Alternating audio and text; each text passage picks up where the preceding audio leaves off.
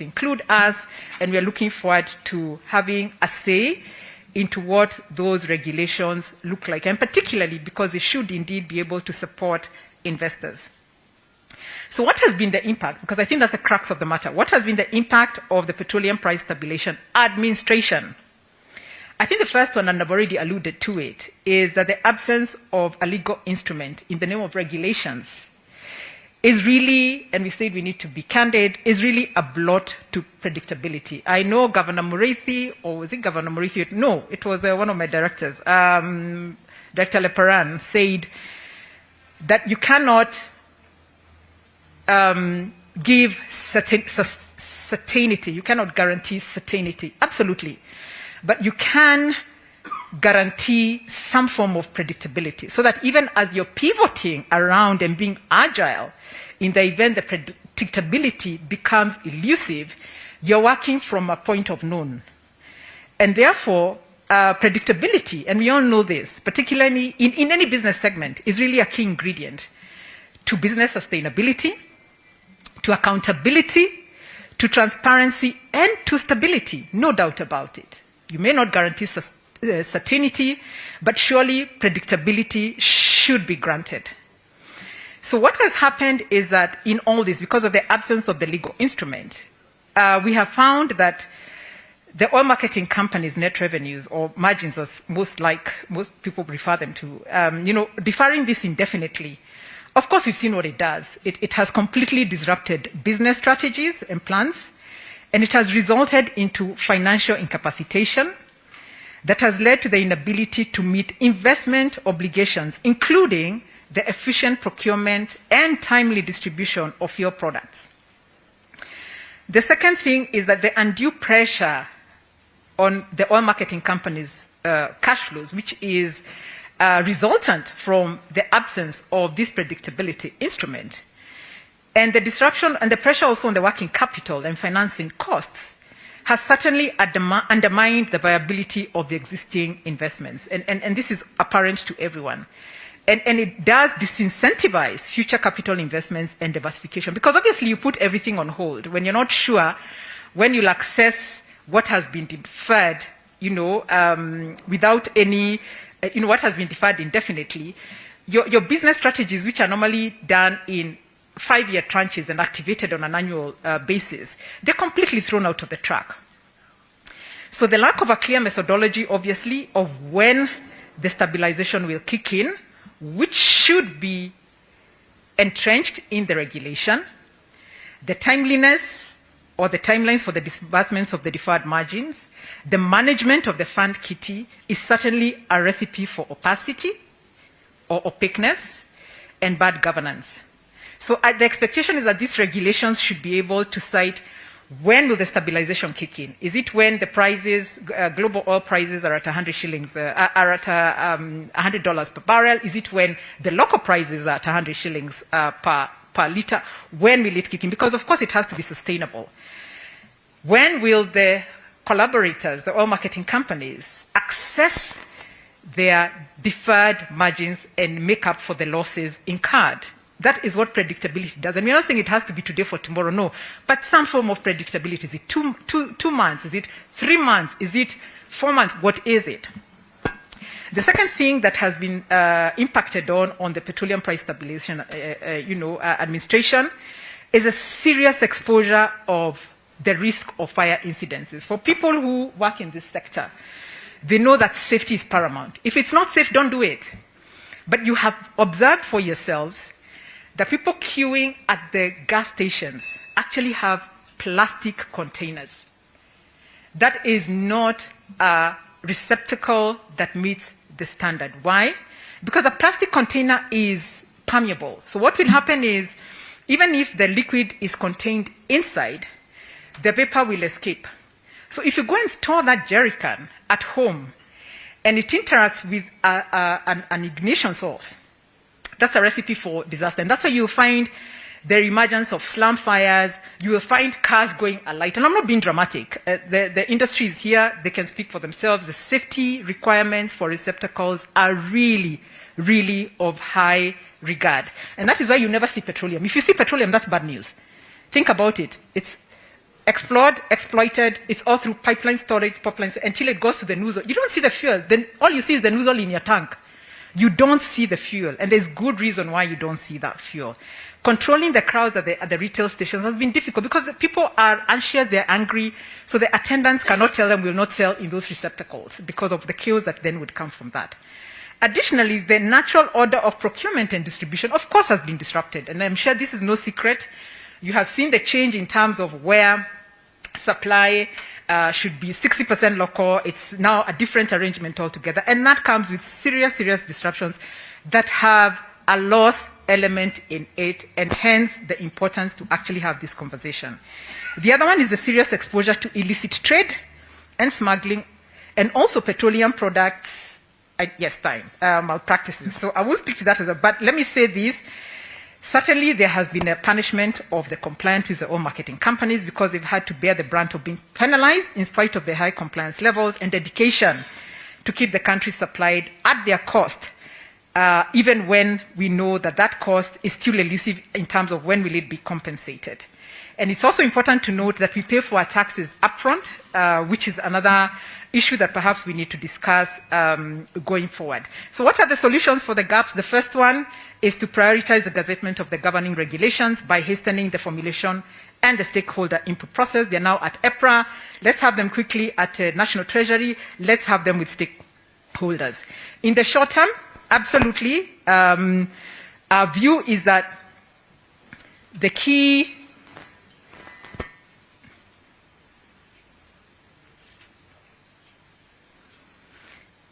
stakeholders, being the oil marketing companies, the National Treasury, the Ministry of Petroleum and Mining, and EPRA, we think at the very least out of this meeting, there actually should be some resolution to have those stakeholders sit together for purposes of drawing up a binding agreement in lieu of the finalization of these regulations, because that's in the short term, so that we can establish what the timelines for the disbursements of the deferred margins or losses, if you like, will be paid out, and also what kind of formula will be used. Because the prices are going to be, the new prices will be posted on the 14th of this month. It's uncertain as to whether the current losses will be included in the pricing formula. So last but not least is one of the solutions we also think is to actually have a national tax policy that's holistic. And this tax policy, we envisage, will review and justify all the existing taxes, including those in the petroleum sector. And this, we believe, will help in preventing or mitigating against the arbitrary changes to the tax system. And we also think that the policy will support a predictable business environment, and it will facilitate sustenance and accountability, because what we believe is that there should be equitable taxation across board. Let me finish off by saying that really the oil marketing companies are fully committed to serving the country, as they've demonstrated, and what they are seeking is certainly collaboration and certainly support to ensure that they meet the obligations of keeping Wanjiku supplied at least cost. Thank you very much. Well, thank you very much, as well. Your Excellency, sir, allow me to now invite Petroleum Outlets Association of Kenya, Martin Chomba. Welcome, sir.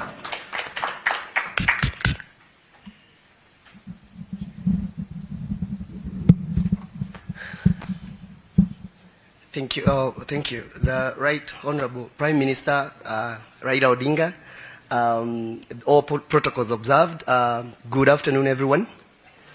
You allow me to speak in not a very official language. I represent a segment of this society and the value chain, as Wanjiku alluded to, the people that are at the very end of the value chain.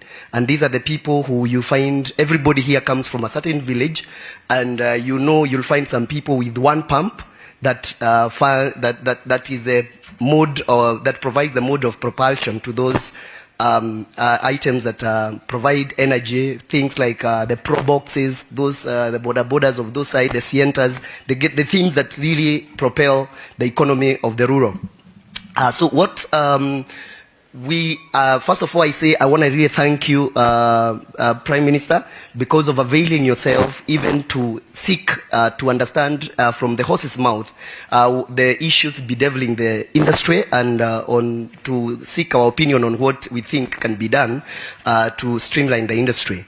I will speak very fast because I know we are pressed for time, and I will speak to the event or what has precipitated to the issue that we have out there.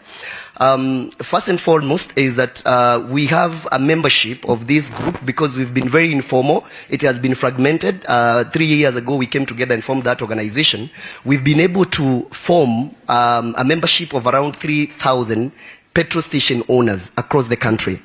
And these people are serving in upwards of 40% of that non-franchised market. And these are the people now who are has been faced by this issue of supply lately. I don't want to talk about the issues of what precipitated the issue of supply because we have enough and competent policymakers here who are able to understand that and relay the same to you. So for me, what I will say, I would want to talk about is in the pricing formula of ERC, there's an issue or rather a lacuna that has existed for some time, and this is what has exposed the non-franchised to kind of a constricted margins, and they're not able to supply as they should and get something out of it. From April last year, the government started the subsidy program, but I think among the negotiations of the subsidy program, one of the things that had to go is the wholesale price cap. So, Prime Minister, what we have been faced with is, from one end of the supply, EPRA tells us you don't sell beyond this market, beyond this value. But on the other side, they have removed the wholesale cap. So what does this do? What it does is, it has given the market a leverage of where they can push the margin depending on the constraints within the market. They can push up the margins to where we are right now. We've gotten to a place whereby you cannot get the product, and if you get it, you'll get it at the pump price. Mark you are getting it and transporting it to the village, and most of us are domiciled in the very remote places.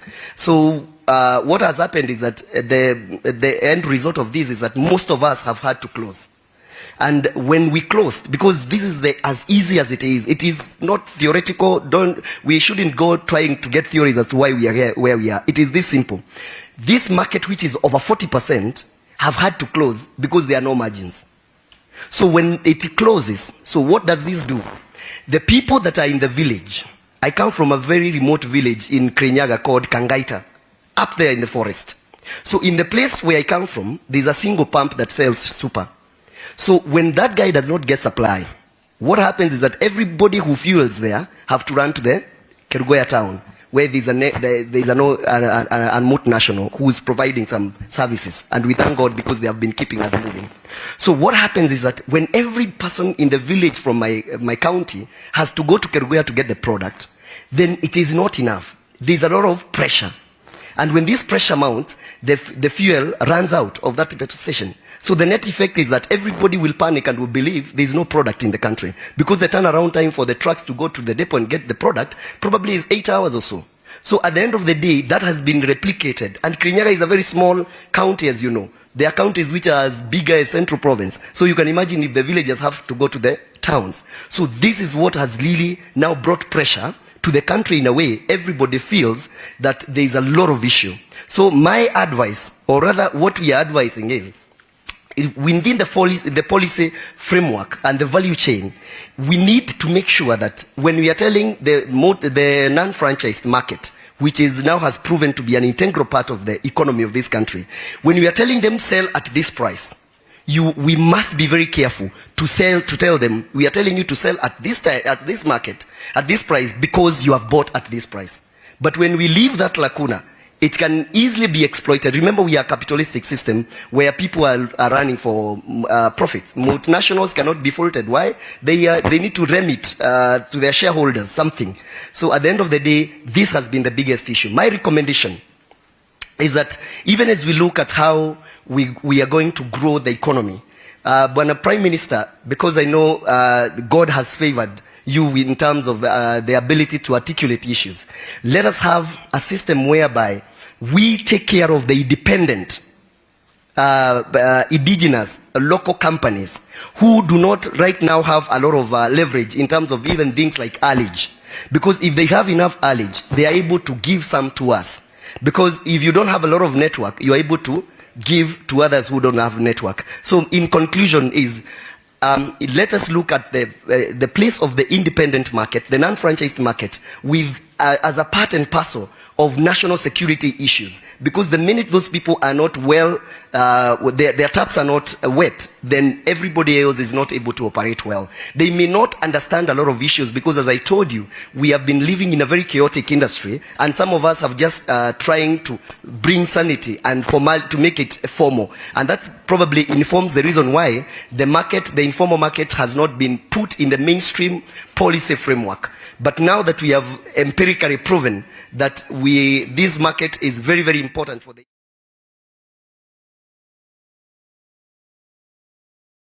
previously, that needs now to get there. And the good thing is that we have formed formal organizations and formal grassroots structures in terms of marketing, that we are able to engage with the policymakers in a view to make sure that all those people are reached. Today, everybody is looking at us because they are our members, to give us some hope on when they are likely to get the product. Because even as we are talking, there's still an impasse in terms of delivery of products. That differential that is coming, that the oil market, and we understand the place of the oil marketers, they are not able to sell to product to us right now because the difference between the cost that they should sell and what EPRA has recommended is very big. And nobody wants to go to that loss. So it's as big, I think this coming month, it should be as big as 40 shillings. Because the prices should be around 175, and we are told to sell, we are telling somebody to sell at 135. Without proper mechanism of guaranteeing that this person will be reimbursed, then we don't want to fault them for not releasing the molecules to us. So we ask that as government and as people who have ear of the government, make sure that as policymakers, you pass this forward. That if we don't take care of that segment of 40%, upward of 40% of the market, then we are likely to have a very, very big issue in terms of supply chain logistics. And it will precipitate to issues that could be even bigger than what we have seen. So with those remarks, I want to really appreciate you for coming to us and listening to us. And any time that you need information from the grassroots, we are the people that will be able to give you that information. Thank you very much. I appreciate it. Oh, thank you very much, Martin Chomba, as well. Your Excellency, sir, allow me to invite the National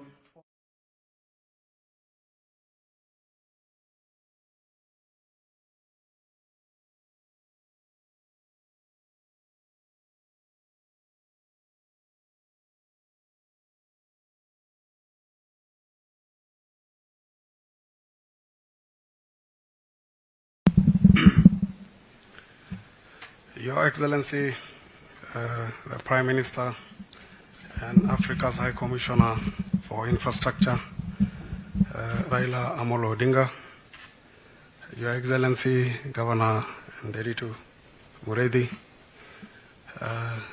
the PIA GM, Madam Wanjiko, POC, Chairman Bona Chomba, colleague industry captains, good afternoon. Yeah, good afternoon once again. Yeah, mine would be very brief. To echo the discussions that have been exposed by both Wanjiku and Chomba with regards to the nature of volatility in our current business environment. Like I had mentioned earlier, initially we had the COVID-19 pandemic, which saw a drastic drop in petroleum prices. And then suddenly, because of the Russia-Ukraine issue, we have seen the same prices skyrocketing. And at that juncture, then we realized that we have to put in place mechanisms that are agile enough to guarantee our operations in the market. And before I progress much, Bona Prime Minister, allow me to convey the apologies from my regulator and colleague, Chris Kipto Daniel, who was not able to be with us here this afternoon, and those of our able peers, Andrew Kamau, given the short notice nature of this convention. We said we want to discuss challenges and provide solutions. And from where we sit, one of the solutions that is in place, especially for our friends in POC, is, like you have seen recently, EPRA published Gazette notice for public participation on 30% importation quota by NOC. And principally, this is to come and support the POCs of this country by providing sufficient ullage for them through the National Oil Corporation. And in that case, then we will be able to guarantee the security of supply, like the case was with the establishment of NOC. The second, and which I want all of us to think, is that today we have a disruption in the market because of high prices leading to constrained cash flows, coupled with the compensation issues. Now, can you just imagine today if you are told somebody has disrupted our supply chain infrastructure in Mombasa, what would happen? And for that reason, then, the next intervention that we are trying to put in place is the establishment of the strategic petroleum reserves. You have seen in the initially proposed draft regulations that the Strategic Petroleum Reserves Fund is going to be created to support the National Oil Corporation to undertake the mandate of guaranteeing security of supply of petroleum products into the country. And I believe that once those things are put in place, then we should be in a better place to talk about predictability and how we can, in an agile format, manage our environment. I think I will end my few comments there. And just to ask my colleague from the Kenya Pipeline Company to stand up and wave. And I hand over back to Governor Nderitu. Well, thank you, CEO. Let's appreciate Governor once more. Thank you very much, Your Excellency. I should also recognize in the House the Honorable Shabal from Mpigeni Makofi from Mombasa. Sylvester Kasuku is in the House, former MD of Lapsets and policy advisor. I wondered, Prime Minister, if I shouldn't really ask Dr. Macharia to even say jambo before we invite you. So, Dr. Macharia, you know he is the one who moves the product on most of our behalf. I think you better just come, Daktari, if to only say hello, and then we invite the Prime Minister.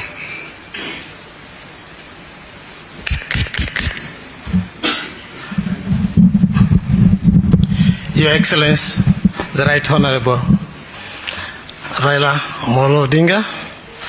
I would like also to appreciate my Governor of Laikipia, His Excellency Nderitu. That's why he's harassing me. Let me appreciate also the aspirant for Mombasa governorship, Shabal. I think he's also seated here as an investor in Gulf Power, Gulf Energy, etc. Colleagues, good afternoon. The only thing I can assure Your Excellency is that Kenya Pipeline is full of product. I don't know where to take it. As we sit here, I have 200 million liters of PMS. I have 160 million liters of diesel, and I have 60 million liters of jet seated. I have Ashirami who is seated in front of you, delivering 120 million liters of super petrol. Then I have a vessel which is also waiting to deliver jet, 120 million in about 2 days. Then Ashirami comes back to deliver another 120 million of super. I don't know where to take it if we don't resolve this matter. So KPC, we are so wet. The country has all the product it requires for the next 1.5 months before I receive anything else. Thank you.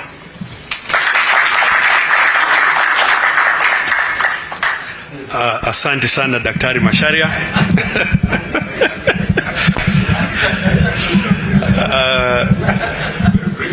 Daktari Macharia, kama angeongea Kiswahili ndio mungeshangaa, manake Kiswahili chake ni sanifu sana. Nataka niwashukuru nyote kwa mazungumzo haya, na basi Daktari, I know he had tried to coach me how to say it in Swahili. Nilikuwa nataka niwaulize basi tusimame ili tumkaribishe Mheshimiwa Raila Amolo Odinga atuongeleshe. Karibu sana Waziri Mkuu.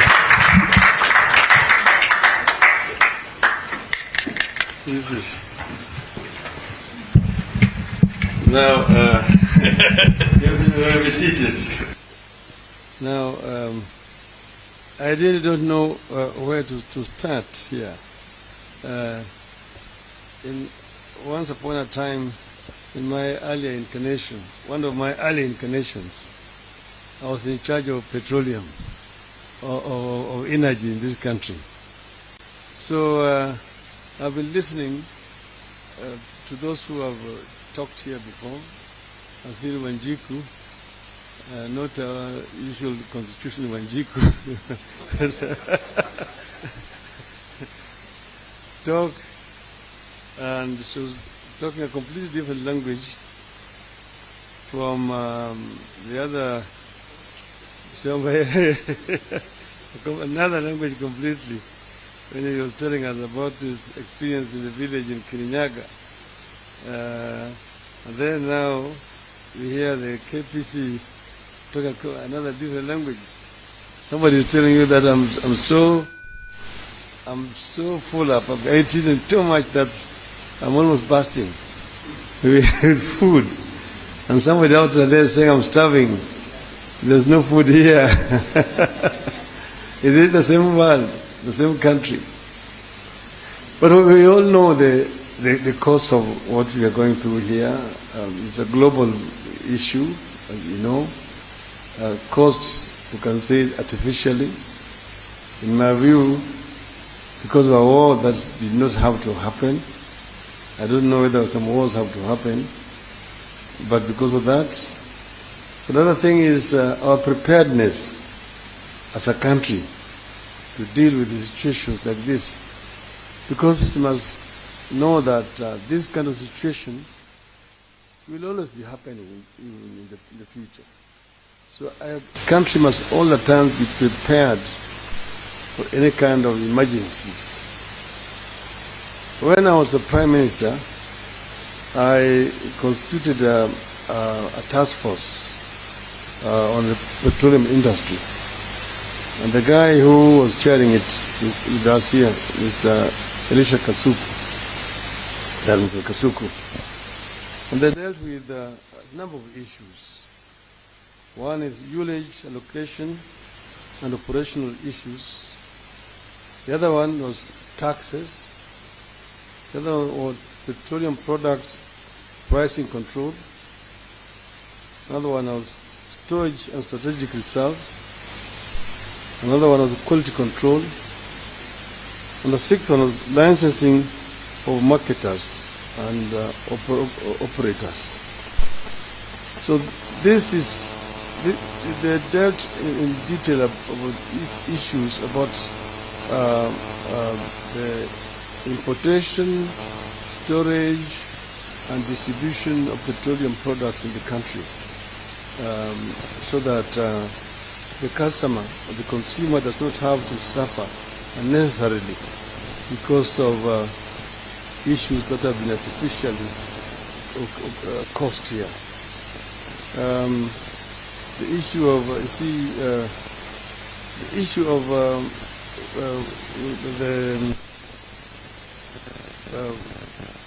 the wholesaler and the relationship between the wholesaler and the retailer.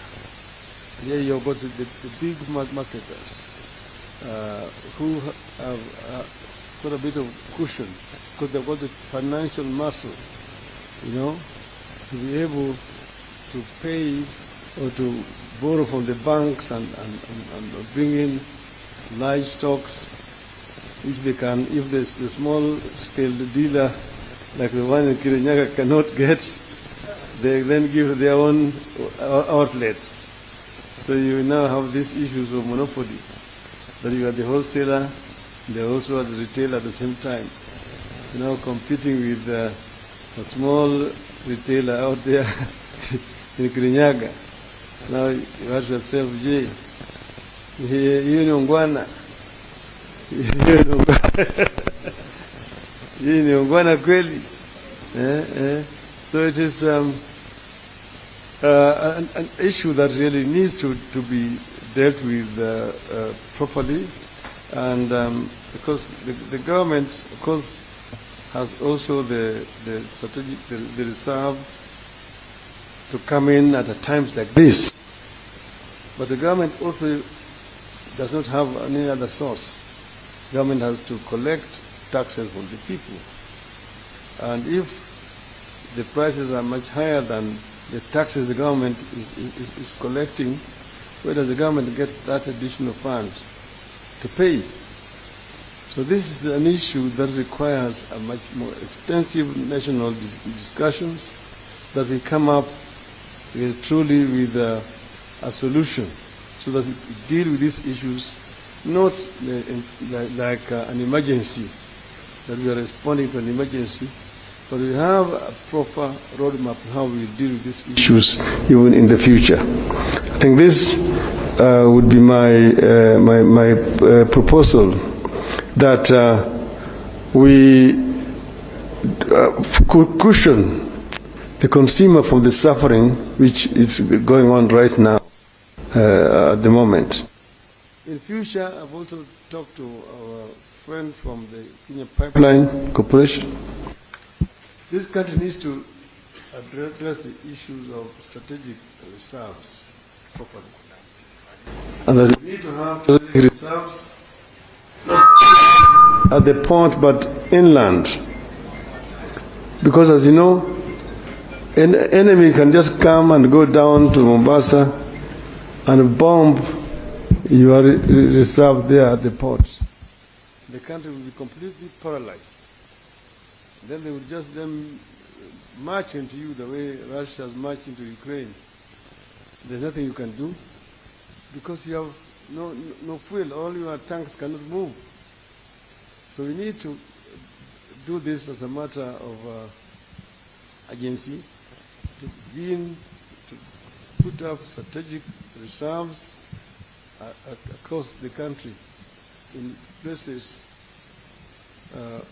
where they are not vulnerable, so that we are not taken by surprise in future. I'm happy that at least the government has now responded temporarily, and that is going to help to ease the suffering of our people for now. But I think that all the stakeholders in this industry need to sit down and work out a more comprehensive program of how to deal with this kind of situation in the future, in terms of importation and distribution across board. And if this is done, in my view, we will not be able to face a situation like this in the near future. It's a situation that is avoidable. It can be done, and it can only be done with cooperation among all the stakeholders across this supply chain. Thank you very much. Thank you.